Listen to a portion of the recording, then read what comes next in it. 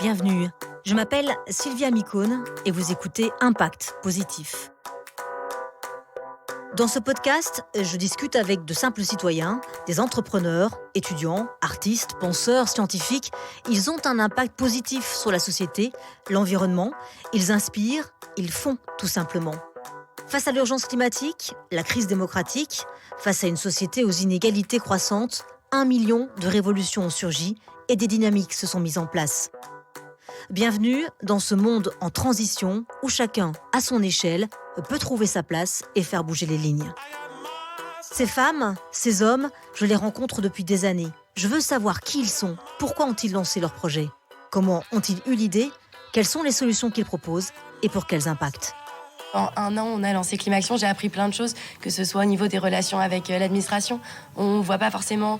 nous, quand on est élève, on se dit « Oh, mais c'est facile de tout changer ». Bon, après, derrière, on voit qu'il y a des complications, mais c'est vachement... Donc, c'est être à l'écoute, partager autour de nous, ne pas avoir peur. C'est toutes ces petites choses. Franchement, il faut s'engager et on n'aura vraiment rien à perdre. Rien à perdre, c'est le slogan de ces jeunes lycéens qui ont lancé une initiative dans leur établissement. Objectif, informer sur le changement climatique, chasser les peurs et les fake news, avoir les bonnes informations. C'est une initiative parmi d'autres et il y en a beaucoup, partout en France et dans le monde. C'est l'ambition d'un tout nouveau magazine de nous les faire connaître. Oui, demain, 100% ado est né, il est en kiosque, il vise les jeunes de 10 à 18 ans et on vous le présente dans ce nouvel épisode. Merci infiniment de nous suivre dans cette 2e saison. Pour me soutenir et continuer à découvrir ces personnalités et leurs projets à impact, abonnez-vous sur iTunes ou sur votre plateforme préférée. Commentez le podcast, partagez-le et notez-le 5 étoiles s'il vous a plu. Cela m'aide à faire grandir ce média. Impact Positif, saison 2, épisode 6. Andiamo! Alors c'est un impact positif un peu particulier car nous sommes au lycée Hélène Boucher dans le 20e arrondissement de Paris pour accompagner la sortie d'un nouveau magazine, le Oui Demain 100% ado. C'est une collaboration entre Oui Demain, Phosphore et Okapi. On va le parcourir avec nos invités et voir un peu quelle est sa valeur ajoutée par rapport aux titres existants. Nous sommes avec Corisande, bonjour. Lycéenne de terminale, merci beaucoup d'être avec nous pour feuilleter ce magazine en avant-première. Et nous sommes également avec David Groison, bonjour. Bonjour. Rédacteur en chef de ce nouveau magazine et directeur d'Okapi et Phosphore. Alors justement, on va commencer par vous, David. Oui, demain 100% ado. Quelle est sa promesse ? Est-ce que c'est le magazine de la génération Greta Thunberg, c'est-à-dire des activistes de moins de 18 ans ? C'est ça le titre qu'on a voulu mettre en couve, c'est comment sauver la planète avant d'avoir 18 ans. Alors ça peut sembler un peu grandiloquent, mais on a voulu tout de suite après, dans le déroulé du magazine, de l'incarner en disant comment sauver la planète à table, comment sauver la planète sur la route, au lycée, en montrant qu'il y a plein de gestes, d'actions à faire au niveau individuel et puis à l'échelle de la famille et puis comme ici au lycée, à l'échelle d'une classe ou même d'un établissement. Ouais, objectif, c'est vraiment coller le plus près possible à la vie d'un ado, justement, avec tous ces compartiments et ces rubriques dont vous parliez. Oui, dans toutes les dimensions de sa vie, voilà, que ce soit dans la chambre, dans les transports, dans la vie de famille. L'idée, c'était qu'on puisse en faire un objet en fait qui dépasse les marches scolaires. C'est-à-dire, c'est super de s'engager, de faire la grève, de dire qu'on veut changer le monde, mais c'était de proposer plein d'actions. Donc chaque page est une proposition d'action. En fait, pour pouvoir se dire, tiens, ça, j'ai envie de le tenter, ou tiens, ça, ces autres ados, comme mon âge, ils ont réussi à mettre ça en place, pourquoi moi, je le tenterais pas avec mes parents ou dans mon collège. Alors, on parlait de la génération Greta Thunberg, Corisande. Vous la voyez comment ? Comme un exemple, comme un leader de votre génération ? Moi, je trouve ça vachement inspirant qu'on voit autant de jeunes qui se sentent concernés par un sujet, parce qu'on a vu, je sais qu'il y a eu d'autres mobilisations sociales, quand on était en seconde ou autre chose sur la réforme des lycées et tout ça, on voyait que c'était une certaine partie des lycéens qui se sentaient concernés. Alors que là, c'est vraiment un sujet qui concerne tout le monde. Tout le monde. Tout le monde se sent... tout le monde sent l'obligation de s'engager, de faire des actions. Et vraiment, il n'y en a pas qui se disent « Ah mais non, mais là, je peux pas, il faut que je fasse autre chose. » Et là, c'est tellement important. Nous, c'est vraiment notre avenir qui est en jeu. Du coup, tout le monde se sent concerné. C'est vraiment quelque chose qui regroupe, en fait, qui rassemble. Vous les comprenez, d'ailleurs, les critiques contre elle sont nombreuses, contre Greta Thunberg. Qu'est-ce que vous en pensez ? Je pense que c'est facile, en quelque sorte, de s'attaquer à des gens... une personne qui, elle essaye de faire de son mieux pour porter un certain message qui est quand même vachement important. Et les critiques, je trouve ça facile de critiquer une jeune fille de 16 ans qui se dit moi, il faut que j'agisse. Donc, il y en a qui critiquent facilement. Après, il y en a quand même beaucoup qui la soutiennent et ça, c'est vachement important. Mais c'est vraiment jouer sur la facilité parce qu'ils pensent qu'elle est seule, sauf qu'il y a une grande masse de lycéens et de collégiens et d'étudiants qui sont derrière. Alors, manifester, est-ce que ça sert à quelque chose ? David Groison disait à l'instant, effectivement, et manifester, ça c'est une chose, et puis il y a tout le reste à côté. Oui, manifester, c'est important parce que c'est quand même là où on rencontre des gens, où on voit que c'est un mouvement qui rassemble et tout ça. Mais c'est sûr qu'à côté, il faut agir parce que juste manifester, ça suffit pas. Il faut aussi changer, nos modes de vie, notre mode de pensée, parce qu'on est tous incohérents quelque part. On a beau essayer de faire au mieux, on a tous des choses... on fait tous des actions qui sont pas au mieux, les plus écologiques et tout ça. Greta Thunberg, qui est personnalité de l'année selon le magazine Time, titre qui a fait d'ailleurs beaucoup jaser et qui a fait aussi des jaloux. Donald Trump lui a d'ailleurs conseillé notamment de se détendre, d'aller au cinéma, mais bon, on est habitué aux critiques de Trump. David Groison. Mais elle a répondu. Oui, elle a fait un tweet avant ça. Elle a répondu avec beaucoup d'humour à Donald Trump, mais avant ça, elle avait répondu en disant « Waouh, c'est extraordinaire ». Et on voit que du coup, c'est une ado de 16 ans parce que d'un coup, elle dit encore des waouh et puis elle pose en une du Time avec un hoodie, un pull à capuche rose dans lequel elle met ses mains qui restent dans les manches. Donc elle reste une ado de 16 ans.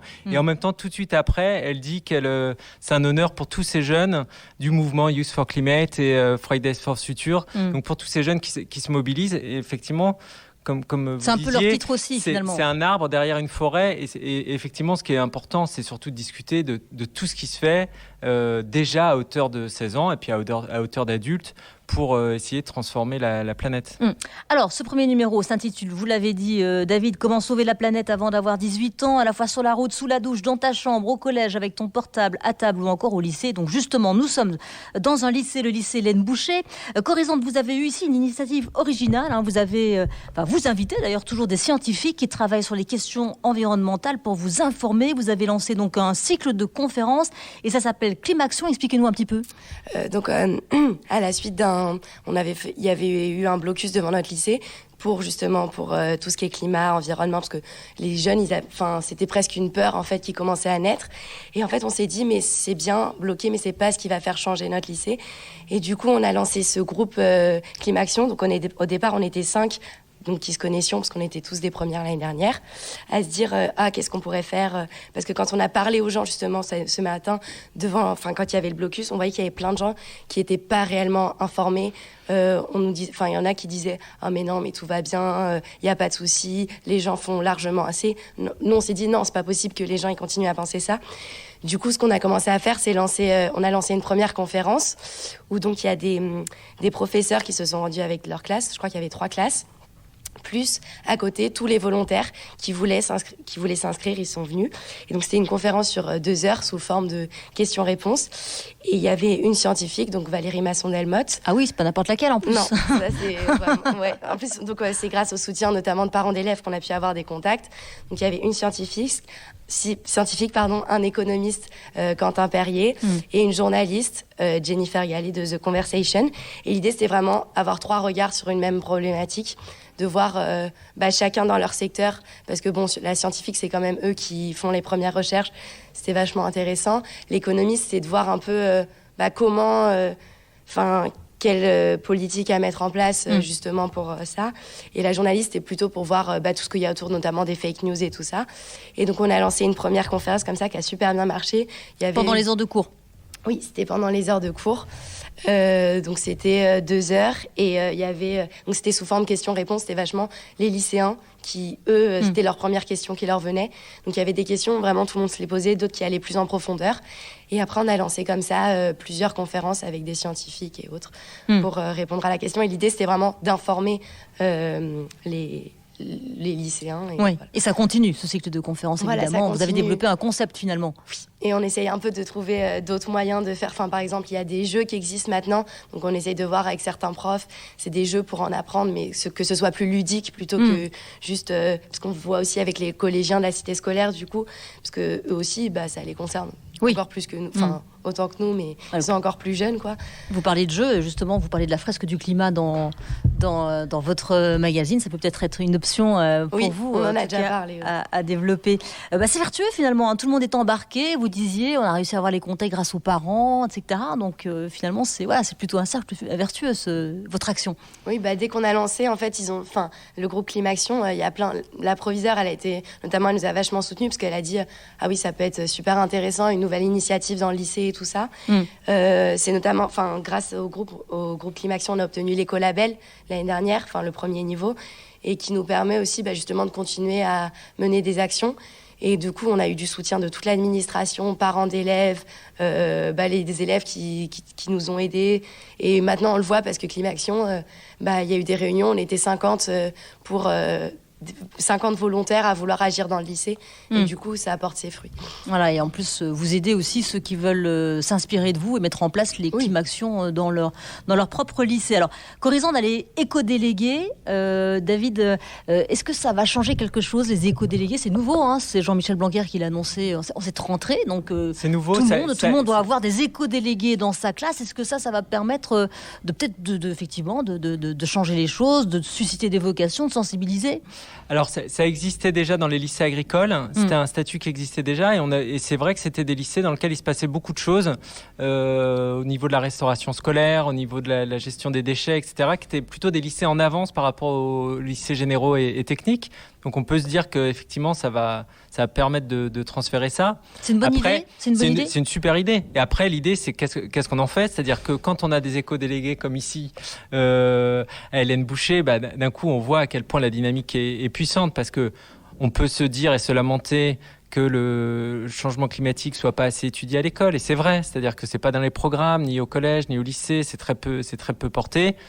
Eux, au lieu de se dire c'est dommage, c'est pas fait, ils se disent on va le faire. Ouais. Et puis c'est les élèves eux-mêmes qui mettent ça au programme, qui organisent les conférences, qui convainquent les professeurs. Et finalement, effectivement, la chef d'établissement comprend bien tout le bénéfice qu'il y a à en tirer. Et les enseignants, les équipes pédagogiques, à quel point c'est une nouvelle façon d'apprendre. Et qu'on apprend de l'économie, on apprend des sciences, on apprend de la biologie, on apprend plein de choses en prenant ce biais-là. Donc nous, ce qu'on a voulu dans le magazine, c'est justement montrer plein de choses qui se passent partout. Avant même ce statut d'éco-délégué, il y a des jeunes au lycée à Orsay qu'on fait venir des moutons qui font de l'éco-pâturage dans leur cours de récré. Il y a des collégiens à Châtellerault qui, eux, se sont dit on va tendre avec notre cantine au zéro déchet. Ça s'est un peu moins bien passé qu'avec vous, parce qu'il y a eu pas mal de frictions avec le chef de la cantine, avec le proviseur, en disant mais de quoi vous vous mêlez, en disant on veut faire une table de troc, mais il disait oui, mais si quelqu'un a craché dans le plat, est-ce qu'on va pouvoir les changer, Il y a certaines règles d'hygiène à respecter, c'est un peu compliqué. Et du coup, ça permet aussi de voir la complexité de ces sujets-là pour les jeunes collégiens ou lycéens, à quel point c'est pas des claquements de doigts, c'est pas des baguettes magiques, se séparer du plastique, passer de transition vers la fin du pétrole, c'est pas des choses qu'on va pouvoir faire simplement. Donc avec toutes ces actions-là, on veut aussi faire ce travail pédagogique de dire aux jeunes oui, il y a des chemins à prendre, mais c'est pas si simple. D'ailleurs, vous les trouvez comment, toutes ces initiatives qu'on voit dans le magazine, c'est 100 pages, donc il y a beaucoup de choses à prendre, beaucoup d'initiatives dont on peut s'inspirer. Vous les trouvez comment? C'est pour ça qu'on a voulu travailler ensemble, Oui Demain, Okapi et Phosphore, parce qu'Okapi, c'est vraiment le magazine des collégiens, Phosphore, le magazine des ados avec Bayard, et on est très en contact avec les jeunes, donc c'est eux qui nous alertent en fait sur nos comptes Instagram, sur par les messageries, etc., pour nous dire on est en train de monter ce projet, est-ce que ça vous intéresse? Et nous, oui, ça nous intéresse, donc on y va, et on a une journaliste en ce moment qui est à Madrid avec des jeunes du mouvement Youth for Climate qui faisait en parallèle un autre sommet pour les ados en parallèle de la COP25, et donc on suit tout ça. Et puis Oui Demain, eux, ils sont c'est la revue pour changer d'époque, c'est un trimestriel où ils sont vraiment des têtes chercheuses de ce qui se fait de plus nouveau. Décortiquent un peu les mutations. D'un point de vue sociologique, scientifique, technologique, et eux, ils nous ont donné aussi plein d'infos pour se dire, comment on consomme différemment, est-ce qu'il y a des nouveaux, créateurs de vêtements, des nouvelles façons de s'habiller qui permettent de moins abîmer la planète. Donc eux, ils ont été extrêmement moteurs aussi pour ça. Donc c'est pour ça qu'on a voulu le faire À 3. Oui, ils font un peu le lien entre les adultes et les ados finalement. C'est ça, vous faites un petit peu. Ouais, parce qu'on n'a pas voulu faire quelque chose qui oppose les uns aux autres. Oui. On l'a voulu très drôle d'abord avec de la BD, avec Riyad Satouf qui nous a fait une couve avec son héroïne Esther qui a 14 ans. Oui, il répond à une interview aussi. Et puis on a voulu qu'il y ait un ping-pong comme ça entre les parents et les enfants parce qu'on sait bien que les ados, ils sont moteurs de changement, ils nous mettent le nez devant nos contradictions, mais eux aussi en ont. Et donc du coup, voilà, c'est pour jouer ensemble dans la famille, à se poser les bonnes questions et à essayer d'avancer dans la bonne direction. Est-ce que vous êtes parfois étonné aussi de tout ce que vous trouvez, des initiatives que vous dénichez Est-ce que c'est vraiment une génération qui se met en mouvement, qui marque peut-être une césure par rapport à la précédente ? Complètement. Moi, je pense pas que moi j'ai une quarantaine d'années. Quand j'étais ado, j'aurais jamais imaginé faire des cours en plus, organiser des conférences dans mon lycée sur quelques sujets que ce soit. J'aurais pas imaginé pouvoir transformer la cantine, amener des moutons dans l'établissement, d'imaginer des solutions technologiques aussi. Il y a un jeune qui a inventé un arbre avec des panneaux solaires pour recharger les portables dans la cour de son collège. Oui. Bon, tout ça, c'est une grande créativité, une envie de connaissance. Et c'est vrai que ce que vous disiez, Corissante, c'est-à-dire le premier truc, c'est aussi de comprendre et d'avoir des faits et de se dire, à travers tous ces exemples un peu ludiques, un peu marrants et tout, nous on a voulu aussi dire, ce qui a le plus d'impact, c'est d'abord l'alimentation, les transports, d'aider à structurer la pensée pour se dire quels sont les endroits où il faut agir à son échelle propre, mais aussi plus collectivement et politiquement. Alors, Corissante, chaque page est une proposition de passage à l'action, c'est ce que David vient de nous dire. Passer à l'action, pour vous, c'est important ou c'est pas toujours forcément évident? Il y en a beaucoup qui sont dans la réflexion ou encore dans l'observation, c'est ce que vous voyez autour de vous. Et le magazine, finalement, aide à comprendre que l'action, elle est partout, quand on prend une douche, quand on utilise son portable. Oui, c'est vrai que nous, on est lycéens, on essaye de faire au mieux, mais il y a plein d'incohérences dans toutes nos actions. Par exemple, si on parle de l'industrie textile, qui est la plus polluante actuellement, nous, on sait que du coup, quand on a vu les chiffres, on a été plusieurs à être... ça nous a paru aberrant comment les chiffres étaient énormes, et on s'est dit on va proposer des alternatives. C'est pour ça que on s'est dit on va lancer un vide dressing solidaire. Donc entre les élèves, il y a même des professeurs qui ont déposé des vêtements. Les gens sont venus chercher. C'était que du gratuit, et c'était l'idée de se dire au lieu de jeter, au lieu de gaspiller, parce que les vêtements en général ils sont pas recyclés, nous on va faire un circuit court au sein de notre lycée pour que les vêtements puissent être réutilisés. Et donc oui. Vraiment, on est plein d'incohérences, mais il y a plein d'actions à faire. Et c'est vrai qu'on n'y pense pas forcément toujours. Donc avoir un magazine ou un appui où on voit des exemples de comment on pourrait échanger pour faire quelque chose de mieux, c'est vachement important. Parce que parfois, même nous, si on essaye de s'informer de ça, parfois on se dit mais qu'est-ce que je peux faire de plus? Et franchement, c'est vachement intéressant et inspirant. Donc vous l'achèterez, ce magazine Oui, puis je vais en parler pour... ouais. Alors justement, à la une de ce magazine, David, il y a Riyad Satouf qui vous a fait l'honneur de vous prêter sa petite Esther pour la couverture et pour une planche d'ailleurs à l'intérieur. C'est quelqu'un d'engagé aussi, Riyad Satouf? Alors c'est quelqu'un qui a dit oui tout de suite. En tout cas, il a beaucoup de projets entre l'Arabe du futur et Esther, donc il fait pas de magazine. Mais effectivement, quand on lui a raconté ce qu'on voulait faire, quand on lui a expliqué ce projet de Oui Demain 100% ado, d'aider les jeunes à protéger la planète avant d'avoir 18 ans. Cette jeune fille qui suit depuis l'âge de 10 ans, donc il la suit année après année, elle lui raconte ses histoires et puis lui, il les transforme en bande dessinée. Oui, il a dit oui, il avait envie d'en faire partie. Donc on a Esther avec un slogan un peu transgressif en une du magazine. Et puis il y a des planches où elle discute avec son grand frère. Donc elle a 14 ans, elle est en 3e et son grand frère est en dernière année de lycée, il doit avoir votre âge. Et lui, il est plus dans la logique de la collapsologie et de dire finalement la planète, tout est foutu et que la seule solution qui nous reste, c'est d'aller coloniser une autre planète.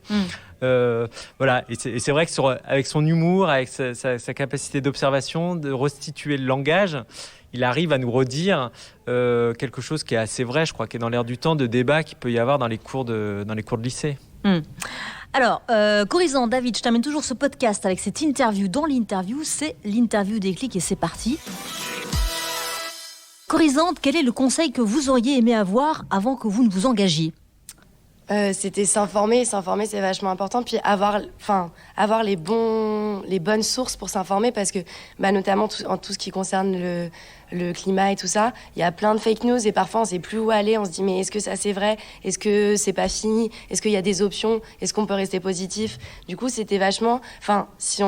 S'il y a un conseil qu'il faut donner, c'est s'informer, et après des informations va découler plein d'actions, plein d'idées, parce que tout le monde a plein d'idées au fond de lui, juste les mettre en place, on n'a pas forcément les idées tout de suite, mais en s'informant, je pense que pour s'engager, c'est important.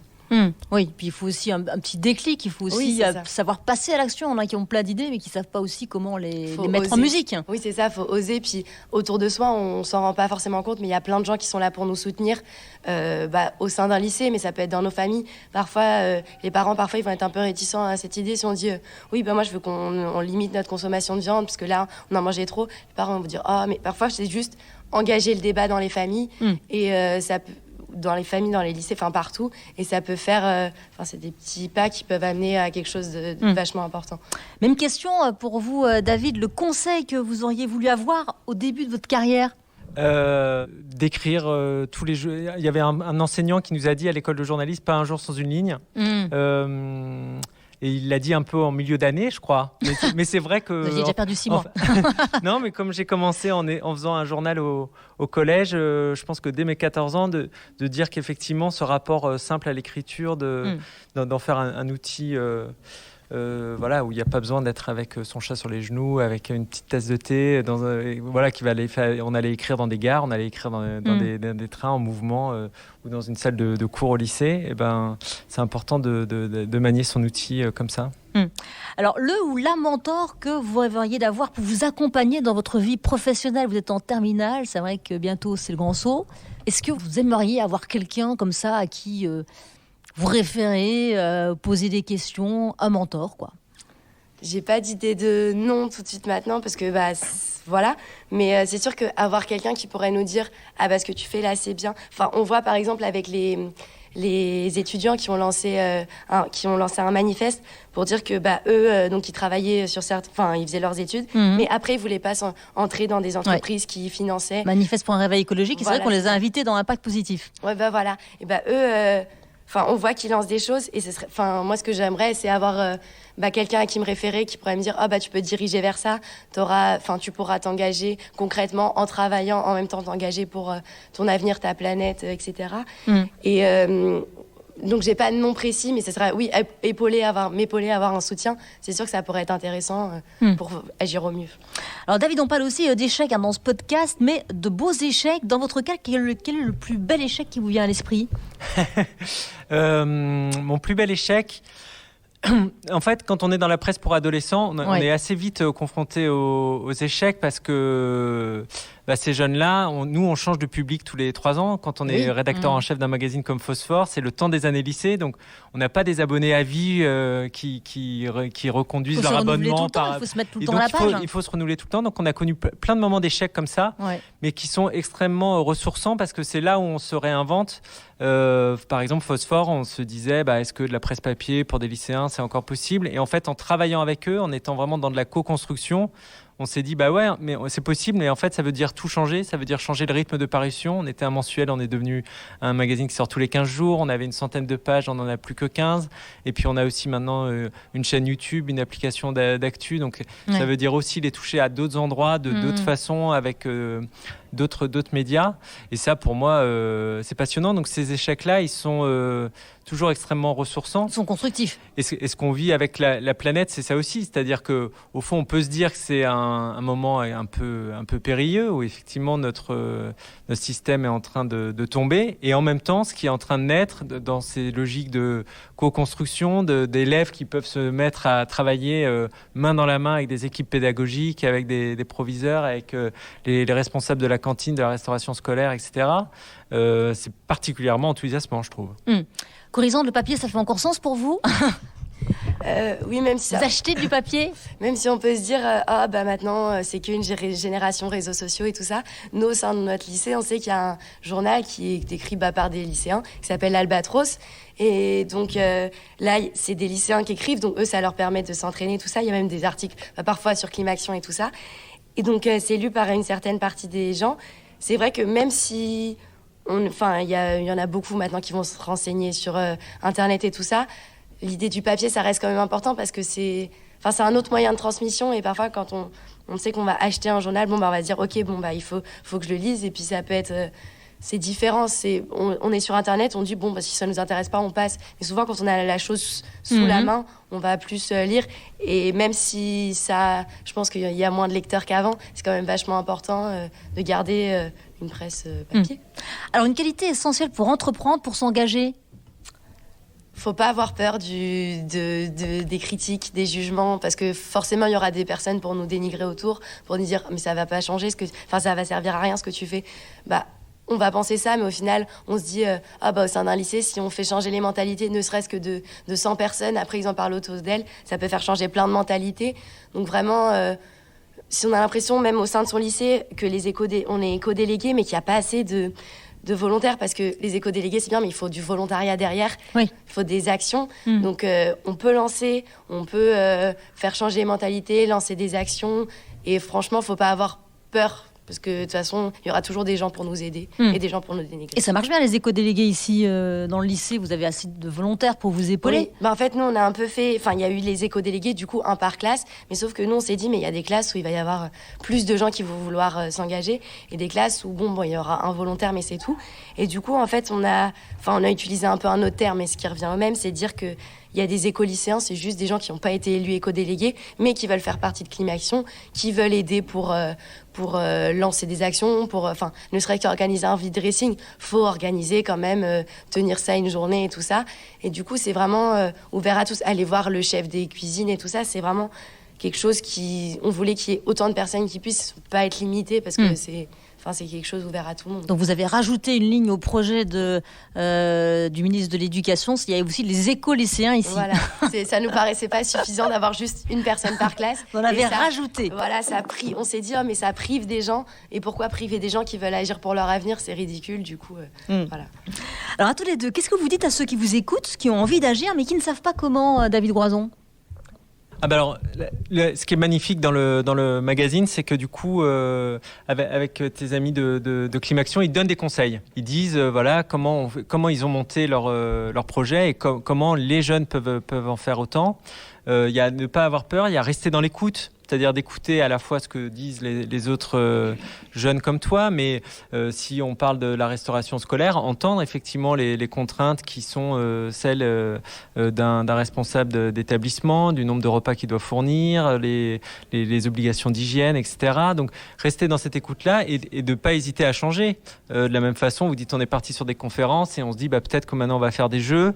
C'est-à-dire on peut varier les formats, on peut se dire on n'est pas obligé de tout de suite partir sur une collection de 50 conférences avec les plus grands noms de la recherche scientifique. On peut se dire on essaye un truc, ça marche pas, peut-être que c'était pas le bon horaire, on peut changer. La prochaine fois, on peut essayer d'en parler aux enseignants pour qu'ils aient l'impression d'être complètement associés au mouvement et pas qu'ils soient à la remorque quand on leur demande juste à la dernière minute. Enfin voilà, il y a plein de façons de rester à l'écoute et effectivement de rester en mouvement par rapport à ce qui est possible de faire. Corisande? Oui, c'est ça, c'est vrai, partager autour de soi, écouter les autres, parce qu'il peut y avoir vachement de bonnes idées, on n'y pense pas, mais s'écouter, parce que c'est vachement instructif aussi. Moi, je sais qu'en un an, on a lancé Climaction, j'ai appris plein de choses, que ce soit au niveau des relations avec l'administration. On voit pas forcément... nous, quand on est élève, on se dit « mais c'est facile de tout changer ». Après, derrière, on voit qu'il y a des complications, mais c'est vachement... Donc, c'est être à l'écoute, partager autour de nous, ne pas avoir peur, c'est toutes ces petites choses. Franchement, il faut s'engager et on n'aura vraiment rien à perdre. Oui, tout à gagner. Tout à gagner. D'ailleurs, vous, cette première action que vous avez menée avec vos compagnons, parce qu'il y a Manon qui est là aussi et qui nous écoute et qui fait partie aussi de Climaction. Du coup, vous, ça vous lance? Vous vous dites, je vais continuer dans l'engagement, ça m'apporte beaucoup de choses. Vous me disiez d'ailleurs que l'année prochaine, vous allez vous lancer dans une licence en sciences, probablement. Ça vous a apporté quoi? En fait, c'est vraiment très instructif parce qu'au départ, nous, on pense vraiment que c'est facile, on a des idées, hop, qu'on va pouvoir tout changer. Et en fait, non. Et on apprend à prendre, ne serait-ce que prendre la parole, parce qu'au départ, on va se dire, parler à des adultes, ils sont plus grands que nous, ils ont fait, je sais pas, plus d'études, etc. Peut-être qu'on n'a pas notre mot à dire, mais si, en fait, on peut parler, le dialogue, c'est important, donc on va apprendre à parler à des gens qui sont plus grands que nous, le stress, il va un peu partir au fur et à mesure, on va oser faire de plus en plus de choses. Et au départ, on va se dire, je vais faire une petite action. Puis après, on va se rendre compte que, en fait, dans nos modes de vie, on a envie de changer nous-mêmes des choses. Ne serait-ce que, par exemple, l'exemple de manger moins de viande. Moi, je sais, quand j'étais petite, j'étais fan de viande et tout ça. Et maintenant, je me dis, je peux réduire, j'en mange beaucoup moins. Et ça me coûte rien. Et c'est plein de choses, même dans nos modes de vie, qu'on peut changer. Et donc, voilà. Merci beaucoup en tout cas à tous les deux. Où peut-on prendre des nouvelles de Climaction, parce que forcément vous êtes sur les réseaux sociaux? Oui. Du coup, on a un Instagram qui s'appelle climaction-HB. Donc là, on essaye de poster. Il n'est pas très beau, mais on essaye de faire de mieux en mieux. Parce qu'aussi, au départ, on manquait de temps, mais c'est pour ça l'idée d'être de plus en plus.